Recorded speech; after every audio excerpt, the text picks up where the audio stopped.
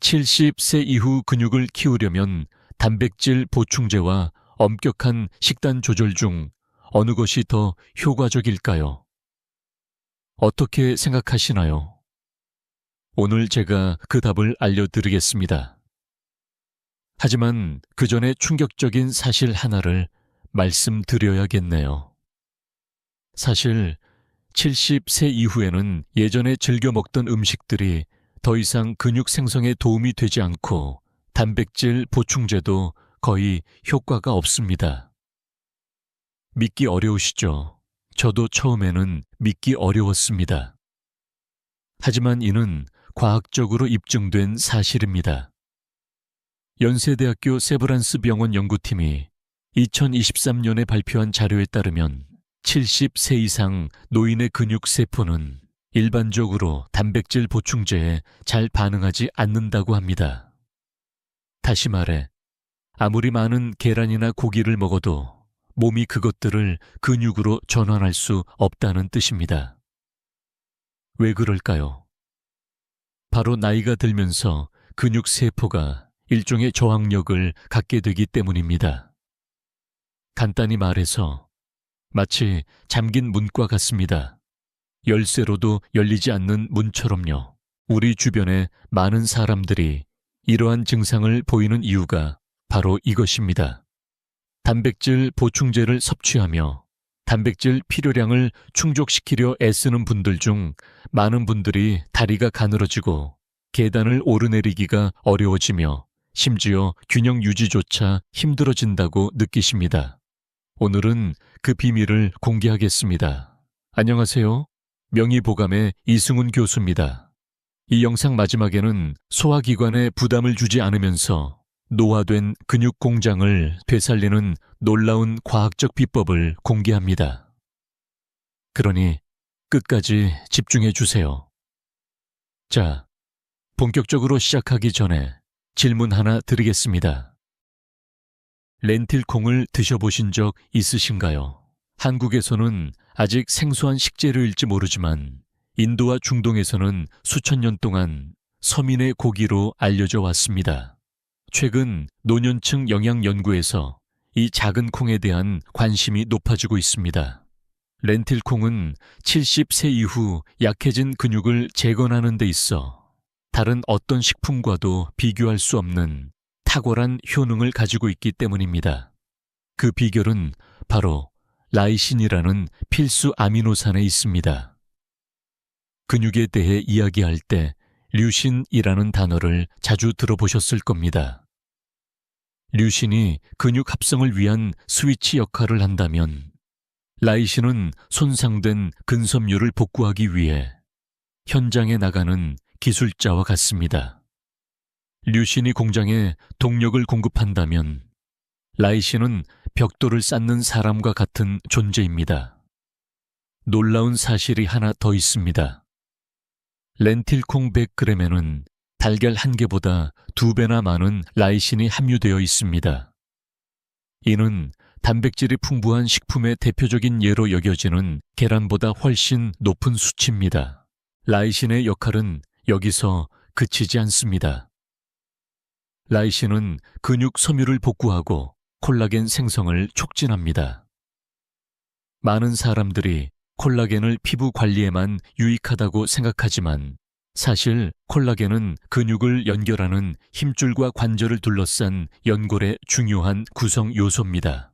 70세 이후에 무릎 통증, 어깨, 결림 발목, 불안정 등의 증상이 나타나는 이유 중 하나는 콜라겐 부족입니다. 렌틸콩을 꾸준히 섭취하면 근육과 관절 건강을 동시에 증진할 수 있습니다. 렌틸콩에는 또 다른 중요한 이점이 있습니다. 바로 장, 근육축입니다. 일부 노년층은 단백질을 많이 섭취하는데 왜 근육이 늘지 않을까요? 라고 질문할 수 있습니다. 그 이유는 아무리 양질의 단백질을 많이 섭취하더라도 소화기관이 건강하지 않으면 영양소가 근육에 도달하지 못하기 때문입니다. 장이 손상되면 단백질이 소화 과정에서 흡수되지 않고 배출됩니다. 이는 마치 바닥 없는 구덩이에 물을 붓는 것과 같습니다. 렌틸콩의 풍부한 식이섬유는 장내 유익균의 먹이가 됩니다. 유익균이 증가하면 장 점막이 건강해지고 건강한 장은 단백질을 완전히 흡수하여 혈액을 통해 근육으로 공급합니다. 즉, 렌틸콩은 단백질 공급과 장 건강 개선이라는 두 가지 효과를 동시에 얻을 수 있도록 도와줍니다. 또한 렌틸콩 100g에는 하루 권장량의 절반에 해당하는 철분이 함유되어 있어 노인분들의 빈혈 예방과 활력 회복에 도움을 줍니다. 조리법도 매우 간단합니다. 밥에 렌틸콩 한 줌을 넣어 렌틸콩 밥을 짓거나 된장국에 넣고 함께 끓여 먹을 수 있습니다. 부드럽게 익힌 렌틸콩은 씹는 힘이 약한 노인분들도 쉽게 드실 수 있습니다. 렌틸콩이 손상된 근육 섬유를 복구하는 기술자라면 오늘 소개할 두 번째 주인공은 전체 건설 현장의 전원 스위치와 같습니다. 바로 우리에게 너무나 익숙한 콩과 두부입니다. 아침에 눈을 떴을 때를 생각해 보세요. 밤새 8시간 동안 아무것도 먹지 않았습니다. 이 시간 동안 우리 몸은 에너지가 부족하기 때문에 가장 손쉬운 에너지원을 찾습니다. 바로 우리가 보호하려는 근육입니다.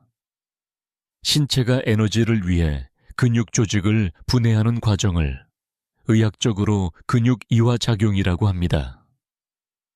다시 말해 아침 첫 식사로 무엇을 먹느냐가 하루 동안 근육량을 늘릴지 줄일지를 결정하는 가장 중요한 순간입니다. 이때 필요한 것은 바로 류신입니다. 류신은 우리 몸의 근육 합성 공장에서 핵심 스위치 역할을 합니다.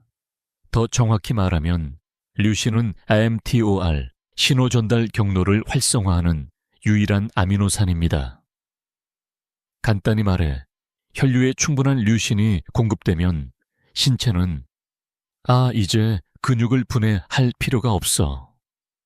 대신 근육을 만들어야 해. 라는 신호를 받습니다. 마치 스위치가 순식간에 근육 파괴에서 근육 생성으로 바뀌는 것과 같습니다. 식물성 식품 중에서 류신 함량이 가장 높은 것은 콩입니다. 콩은 식물성 식품 중 단백질 품질 지수 PDC-AAS가 가장 높은 식품 중 하나로 동물성 단백질과 견줄 만한 품질을 자랑합니다. 게다가 콩에는 또 다른 강력한 무기인 이소플라본이 있습니다. 이소플라본은 근육 조직 회복을 촉진하고 노화로 인해 근육 세포에 축적된 산화 스트레스를 제거하는 데 도움을 줍니다. 근육 생성을 돕는 동시에 기존 근육이 노화로 인해 손상되는 것을 막는 보호막을 형성합니다. 그렇다면 콩을 가장 효과적으로 섭취하는 방법은 무엇일까요? 정답은 두부입니다. 생콩은 소화가 어려울 수 있지만 두부는 가공 과정에서 단백질이 잘게 분해되어 70세 이상의 소화기 질환이 있는 분들도 쉽게 소화할 수 있습니다. 두부 100g에는 약 8g의 단백질이 함유되어 있으며 검은 콩밥과 함께 드시면 한 끼 식사로 25g 이상의 단백질을 섭취할 수 있습니다. 제가 어르신들께 매일 아침 추천드리는 생명을 구하는 아침 식사입니다. 실용적인 팁 하나 알려드릴게요. 두부를 올리브 오일을 두른 팬에 노릇하게 구워보세요. 올리브 오일의 건강한 지방은 이소플라본을 비롯한 지용성 영양소의 흡수율을 높여주고 구운 두부의 풍미는 식욕이 없던 아침에도 한 그릇을 거뜬히 먹게 해줄 거예요. 매일 아침 이렇게 구운 두부 한 그릇은 밤새 약해진 근육에 활력을 불어넣어 줄 것입니다. 이제 세 번째 주인공을 소개할 차례입니다. 술집에서 찐 녹두를 드셔보신 적 있으신가요? 바로 에다마메 한국에서는 어린 콩을 뜻합니다. 많은 사람들이 에다마메를 그저 술집 안주나 간식 정도로 생각하지만 오늘 저는 그 오해를 완전히 바로잡아 드리려고 합니다. 에다마메는 70세 이후에도 근육량을 유지하는데 필수적인 보호막 역할을 하는 식품입니다. 먼저 영양 성분을 살펴볼까요? 에다마메 50g에는 단백질이 7g 이상 함유되어 있습니다. 손바닥만 한 크기에 이 정도 양이면 꽤 많은 양이죠. 이렇게 적은 양의 단백질 함량이 높은 식품은 흔치 않습니다. 특히 식욕이 부진하거나 한 번에 많은 양을 먹기 힘든 어르신들에게 에다마메는 적은 양으로도 최대의 효과를 볼 수 있는 현명한 선택입니다. 하지만 에다마메의 진정한 효능은 단백질 그 이상입니다. 여기서 중요한 이야기를 하나 들려드리겠습니다. 근육 건강에 대해 이야기할 때 우리는 흔히 근육을 키우는 방법에만 집중합니다. 하지만 70세 이후에는 관점을 바꿔야 합니다. 새로운 근육을 만드는 것도 중요하지만 기존 근육의 손상을 막는 것이 훨씬 더 시급한 과제입니다. 마치 새 집을 짓기 전에 기존 집이 무너지지 않도록 수리하는 것과 같습니다. 근육 세포 손상의 주요 원인은 활성산소입니다. 나이가 들면서 체내 활성산소의 양이 급격히 증가합니다. 이러한 활성산소는 근육 세포막을 공격하고 세포 내 유전자를 손상시켜 근육 노화와 위축을 빠르게 유발합니다.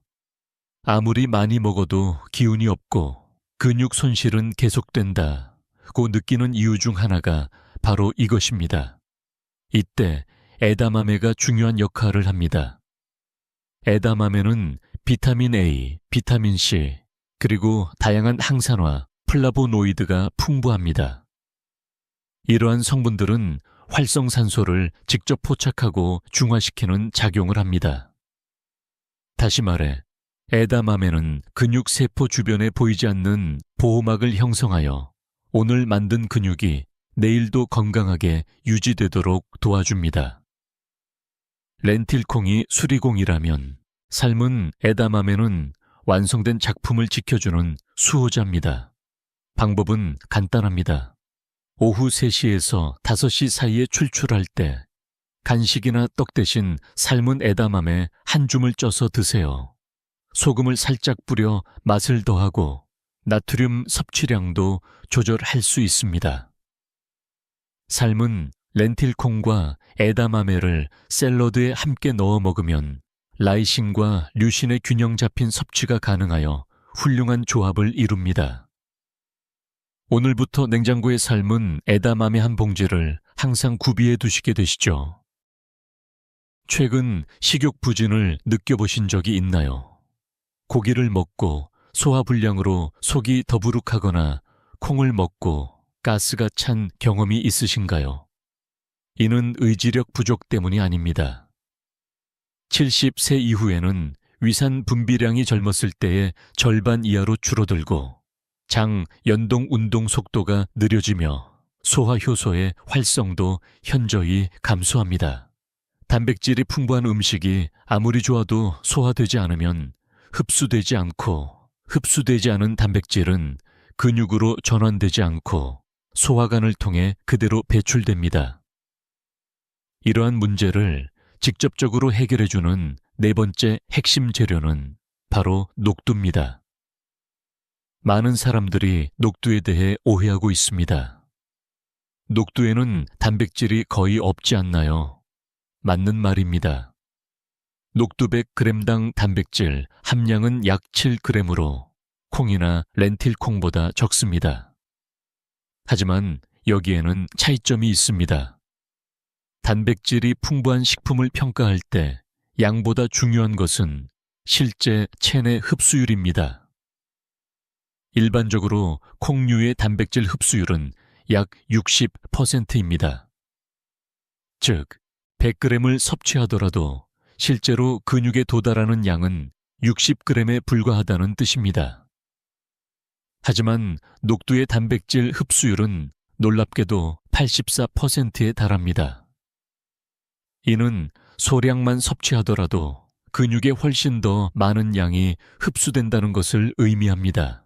잘 포장된 고속도로가 낡고 다른 길보다 목적지에 더 빨리 도달하게 해주는 것처럼 녹두는 단백질을 근육으로 운반하는 가장 효율적인 고속도로라고 할 수 있습니다. 녹두의 흡수율이 이렇게 높은 이유는 분자 구조가 다른 콩류보다 훨씬 작고 가볍기 때문입니다. 소화에 부담이 적기 때문에 소화 기능이 약한 사람도 적은 에너지로 영양소를 흡수할 수 있습니다.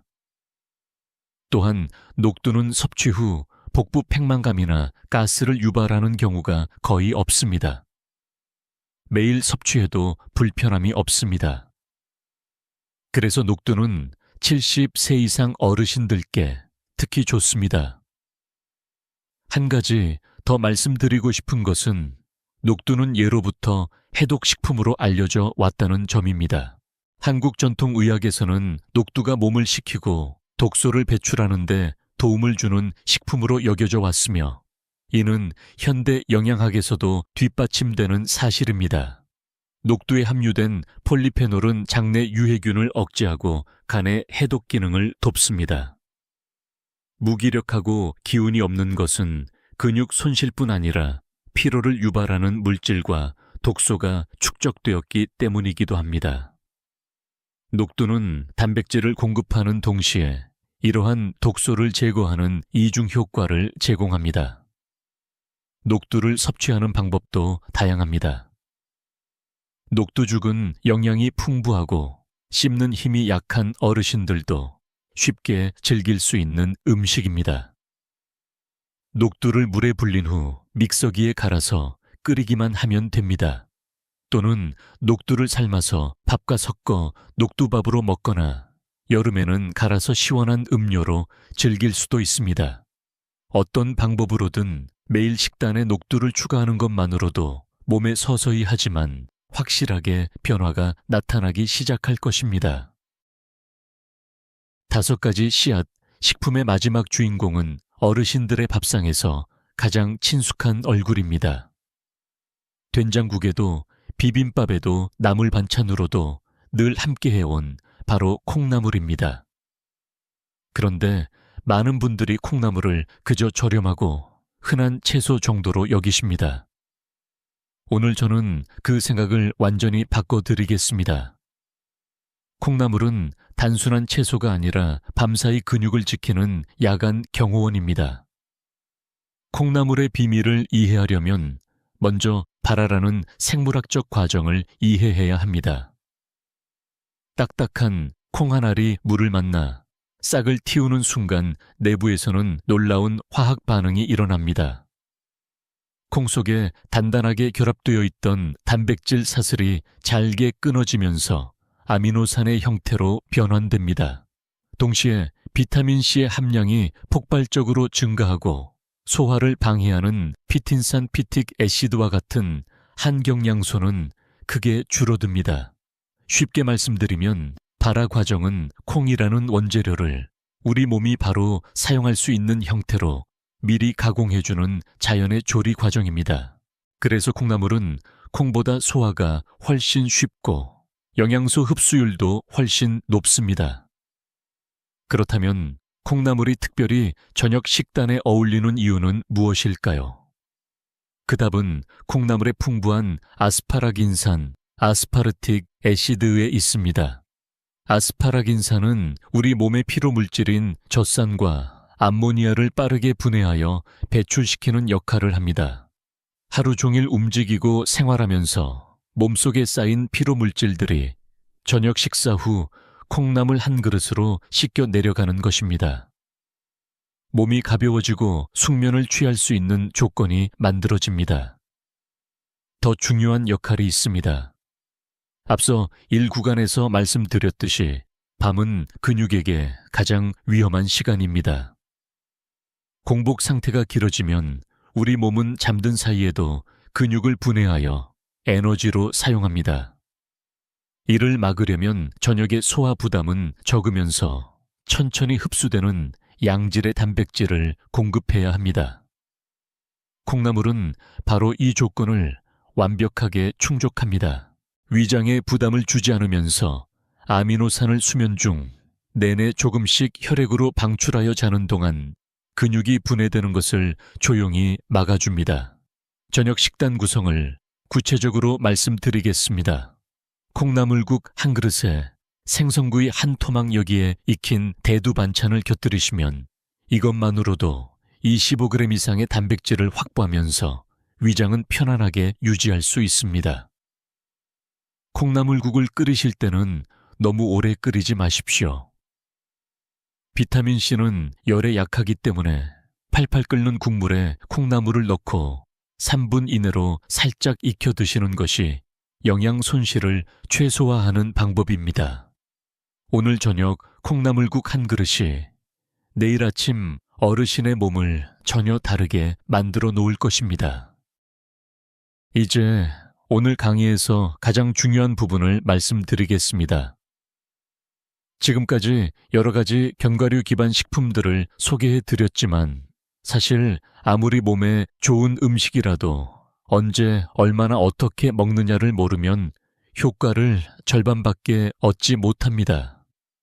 아무리 좋은 재료를 사용해도 조리 순서와 타이밍이 맞지 않으면 제대로 된 보약이 될 수 없는 것과 같은 이치입니다.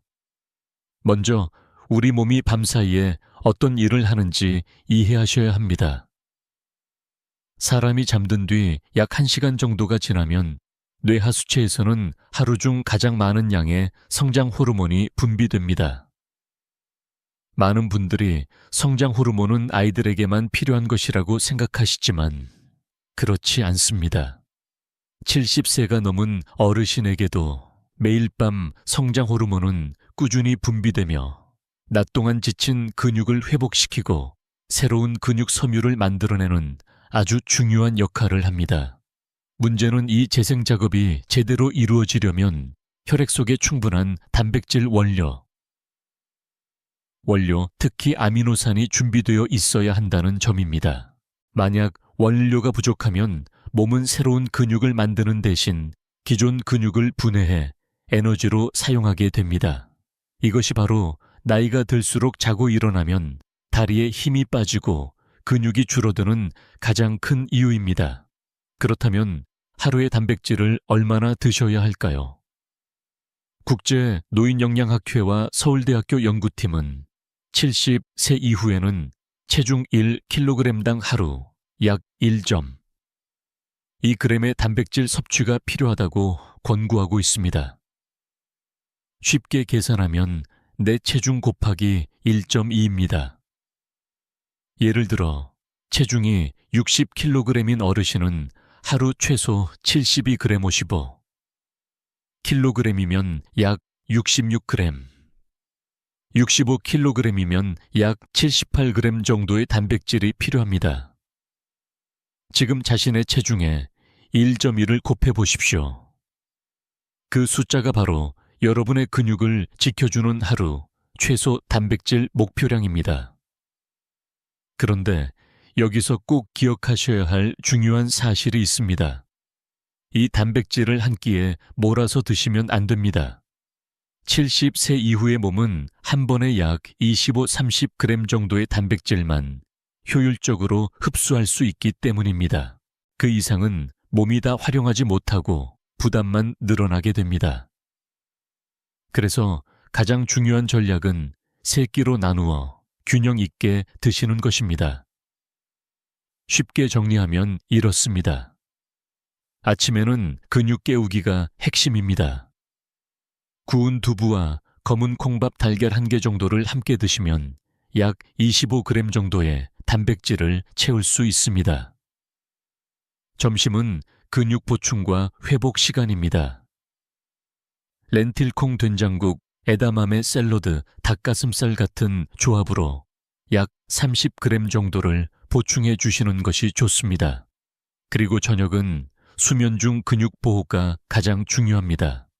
콩나물국, 생선구이 익힌 대두 반찬처럼 소화가 편안하면서도 단백질이 충분한 식단으로 약 25g 정도를 채워주시면 밤사이 근육 손실을 막는 데 큰 도움이 됩니다. 마지막으로 꼭 강조드리고 싶은 것이 있습니다. 근육의 약 70%는 수분으로 이루어져 있다는 사실입니다. 단백질을 아무리 잘 챙겨 드셔도 물이 부족하면 아미노산이 근육 세포 안으로 제대로 들어가지 못합니다. 하루 약 1.5리터 정도의 물을 목표로 하시되 한 번에 벌컥벌컥 많이 드시기보다는 식사 전후로 한 컵씩 천천히 나누어 드시는 것이 가장 좋습니다. 결국 근육은 단백질만으로 지켜지는 것이 아닙니다. 단백질과 수분, 그리고 꾸준한 생활 습관이 함께 어우러질 때 비로소 노년의 근육과 체력이 지켜질 수 있다는 사실을 꼭 기억해 주십시오. 많은 사람들이 근육 위축은 병원에 가야만 진단할 수 있다고 생각합니다. 하지만 그렇지 않습니다. 아무런 도구도 없이 간단한 3가지 테스트만으로 근육 위축 위험을 확인할 수 있습니다. 솔직하게 테스트해 보시고 결과를 댓글에 남겨주시면 제가 직접 답변 드리겠습니다. 첫 번째 테스트는 손가락 고리 테스트입니다. 지금 바로 해보세요. 양손의 엄지와 검지로 원을 만드세요. 그런 다음 그 원을 종아리에서 가장 두꺼운 부분, 즉 이두근이 있는 곳에 대세요. 3가지 결과가 나타납니다. 종아리가 원보다 두껍고 손가락이 원에 닿지 않으면 안전한 상태입니다. 원과 종아리가 딱 맞게 들어가면 주의가 필요하며 지금부터 관리를 시작해야 합니다. 하지만 종아리가 원 안에 꽉 맞게 들어가고 약간의 공간이 남는다면 근육 위축 위험이 높다는 경고 신호입니다. 도쿄 대학의 연구에 따르면 이 테스트에서 틈이 있는 노인들은 근육 위축 위험이 2.4배 더 높다고 합니다. 다리 근육이 약하면 다리에 틈이 없는 사람들에 비해 낙상 위험이 높아집니다. 다리 근육은 제2의 심장 역할을 하여 하체에서 심장으로 혈액을 다시 펌프질합니다. 이 근육이 약해지면 전체 순환계 기능이 저하됩니다. 둘째, 보행 속도 테스트가 있습니다. 다음에 길을 건널 때 직접 확인해 보세요. 초록불이 켜지면 여유롭게 건너시나요? 아니면 신호등이 바뀔까봐 두려워하며 빠르게 건너시나요? 의학적으로는 초당 1m 이상 걸을 수 없다면 근력이 위험한 수준으로 저하된 것입니다. 10m를 10초 안에 걸을 수 없다면 근위축 단계에 접어든 것입니다. 보행 속도는 단순히 다리 근력의 문제가 아닙니다. 보행 속도는 신체 모든 근육의 협응력, 심폐기능, 신경계의 반응 속도 등 여러 요소를 종합적으로 고려한 지표입니다. 연구 결과에 따르면 보행 속도가 느린 노인은 보행 속도가 빠른 노인에 비해 5년 이내 사망률이 유의미하게 높은 것으로 나타났습니다. 셋째, 5회 윗몸 일으키기 테스트가 있습니다. 의자에 앉아서 바로 해보세요. 팔걸이나 무릎에 손을 올리지 말고 팔짱을 끼거나 손을 가슴에 얹고 일어서서 앉는 동작을 5번 반복하세요. 그리고 시간을 재보세요. 12초 안에 완료하면 하체 근력이 양호한 것입니다. 12초에서 15초가 걸린다면 주의가 필요합니다. 하지만 15초 이상 걸린다면 대퇴사두근이 심각하게 약해진 것입니다. 이 근육은 걷기, 계단 오르기, 의자에서 일어서기 등 모든 일상 활동의 핵심 동력입니다. 이 엔진이 제대로 작동하지 않기 시작하면 낙상으로 인해 고관절 골절이 발생하여 장기간 입원과 삶의 질 저하라는 악순환에 빠질 수 있습니다. 위 3가지 테스트에서 어떤 경고 신호가 보였나요? 걱정하지 마세요. 이 영상을 보고 있다는 것 자체가 아직 변화할 시간이 있다는 증거입니다. 마지막으로 오늘 제가 이야기하는 내용들이 단지 이론적인 이야기가 아니라는 것을 증명해 주는 한 분의 이야기를 들려드리고 싶습니다. 경상북도 안동에 거주하시는 70세 박선자 여사입니다. 3년 전 선자 여사께서는 딸의 부축을 받으며 처음으로 제 외래진료실을 방문하셨습니다. 저는 그날의 모습을 아직도 생생하게 기억합니다. 문을 열고 들어오시면서 두 손으로 문틀을 꽉 붙잡고 마치 끌려 들어오는 듯 몸을 끌어당기셨습니다. 보행보조기가 아니라 문틀 자체가 그녀의 지팡이였습니다. 진찰 의자에 앉으시자 어머나 하고 3번이나 외치셨고 딸은 조용히 옆에서 눈물을 닦아 드렸습니다. 박 여사는 교수님, 저는 이제 끝이라고 생각했어요. 제대로 밥도 못 먹고 조금만 걸어도 다리가 후들거렸어요. 지난달에는 길바닥에 털썩 주저앉아 1시간 동안이나 일어나지도 못했어요.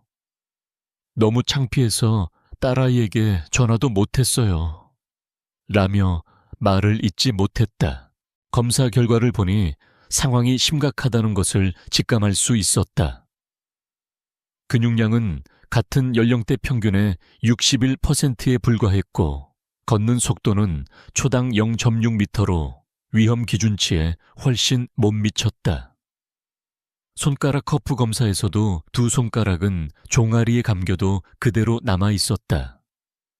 이는 중등도 근육 위축의 전형적인 징후였다. 약물 처방 대신 오늘 이 영상에서 말씀드린 것과 똑같은 조언을 드렸다. 아침에는 렌틸콩 수프와 구운 두부, 저녁에는 콩나물 수프를 드시라고 했다. 또한 발끝으로 걷거나 의자에 앉아 쪼그려 앉는 자, 오늘 여정의 마지막에 도착했습니다. 함께 해주셔서 감사합니다. 렌틸콩부터 콩나물까지 5가지 곡물 기반 식품과 1점, 2g 생존 공식에 대해 알아보았습니다. 하지만 마지막으로 한 가지 더 말씀드릴 것이 있습니다. 아무리 좋은 재료를 사용하더라도 근육이 이를 받아들일 준비가 되어 있지 않으면 소용이 없습니다. 기계 없이 공장에서 제품을 생산할 수 없는 것처럼 아무리 많은 원료를 투입해도 근육은 운동을 통해 기계적으로 자극을 받아야만 단백질을 흡수하고 근섬유로 전환할 수 있습니다. 걱정하지 마세요. 지금부터 소개할 5가지 운동은 헬스장이나 특별한 장비가 필요하지 않습니다. 오늘 바로 시작할 수 있습니다. 첫 번째는 의자 스쿼트입니다. 의자 앞에 서서 엉덩이를 뒤로 밀면서 천천히 몸을 낮춥니다. 엉덩이가 의자에 살짝 닿는 순간 똑바로 일어섭니다. 무릎이 발끝을 넘지 않도록 주의하고 매일 10회씩 3세트를 목표로 하세요. 이 운동은 대퇴사두근을 강화하고 유연성을 직접적으로 향상시켜줍니다. 두 번째로 발끝으로 서세요. 벽이나 의자 등받이를 잡고 발 뒤꿈치를 최대한 높이 들어 올렸다가 천천히 내리세요. 이 운동은 종아리 근육을 자극하며 요리를 하거나 양치질을 할 때 등 언제든지 할 수 있습니다. 하루에 20회씩 하면 어르신들이 주방에서 시작할 수 있는 가장 쉬운 운동 중 하나입니다. 세 번째로 벽 푸시업입니다. 이 운동은 바닥에 엎드리는 것이 불편한 분들을 위해 고안되었습니다. 벽에서 한 발짝 떨어져 서서 어깨 높이로 양손을 벽에 짚고 천천히 벽 쪽으로 몸을 기울였다가 다시 밀어 올리세요. 이 운동은 가슴과 상체 근육을 강화하여 일상생활에서 문을 밀거나 무거운 물건을 들어 올릴 때 필요한 힘을 유지하는 데 도움이 됩니다. 네 번째는 한 발로 서는 것입니다. 벽에 기대어 서서 한쪽 다리를 살짝 들어 10최에서 30초 동안 유지하세요. 처음에는 3초도 버티기 어려울 수 있습니다. 괜찮습니다. 매일 조금씩 시간을 늘려가세요. 이 운동은 균형 감각을 향상시키고 낙상을 예방하며 눈에 보이지 않는 코어 근육들을 동시에 자극합니다. 5번째는 수건 당기기 운동입니다.